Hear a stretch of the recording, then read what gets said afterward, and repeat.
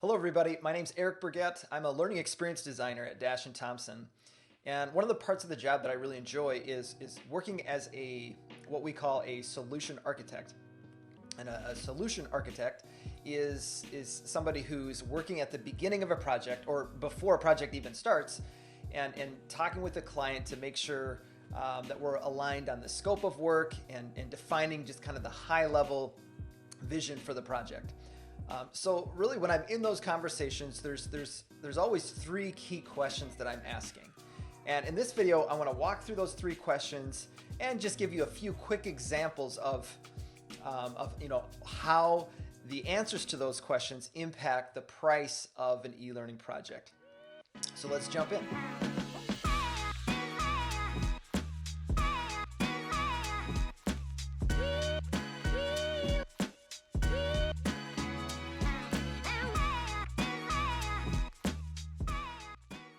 The first question that we'll ask is, what is the level of instructional design that will be required for this project?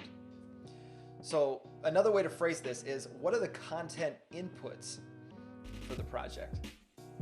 So on the one end of the spectrum, there could be an approved script that they're going to hand to us, and we just need to be developing that as e-learning.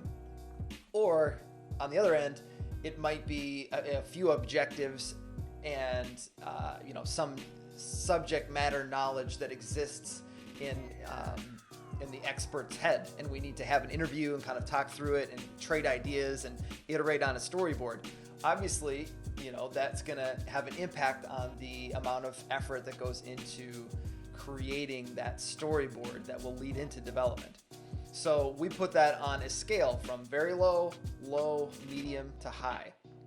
So first question, what is the level of instructional design? Okay, question number 2. What is the level of graphic and interactive design? In e-learning circles, you often hear about the level 1 e-learning, level 2, level 3 in reference to just the general production value or complexity of that e-learning. That is helpful to a degree, but we found that we need to kind of ask a little bit more granular information to really get an understanding of what we're aiming at.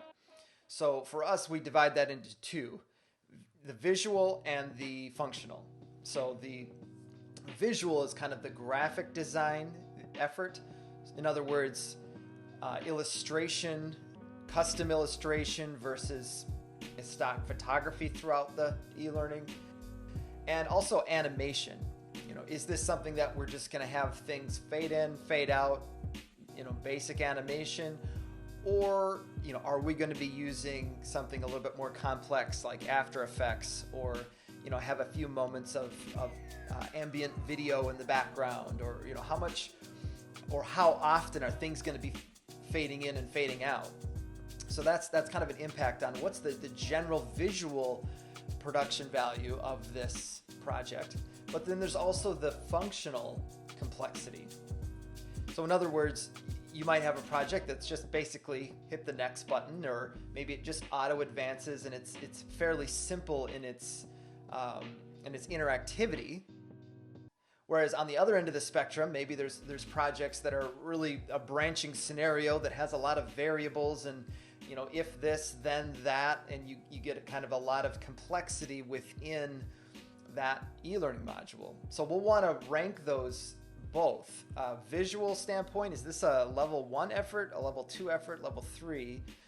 And then also a functional complexity, level 1, 2, or 3.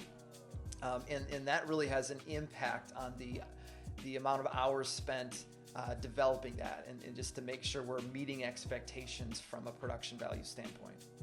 And question number 3, of course, what is the seat time of the project? This is a quantity question. Obviously, the difference between a 5-minute micro-learning and a 50 minutes of e-learning content course is going to have an impact on how much time it takes to develop. So we want to get a good estimate if this is a 3-minute video or a 7-minute video. So that's just a quick summary of the 3 key questions that I'll ask when trying to provide an estimate for an e-learning project. That's all I've got for this video. Hope you stay safe, stay creative, and we'll see you next time.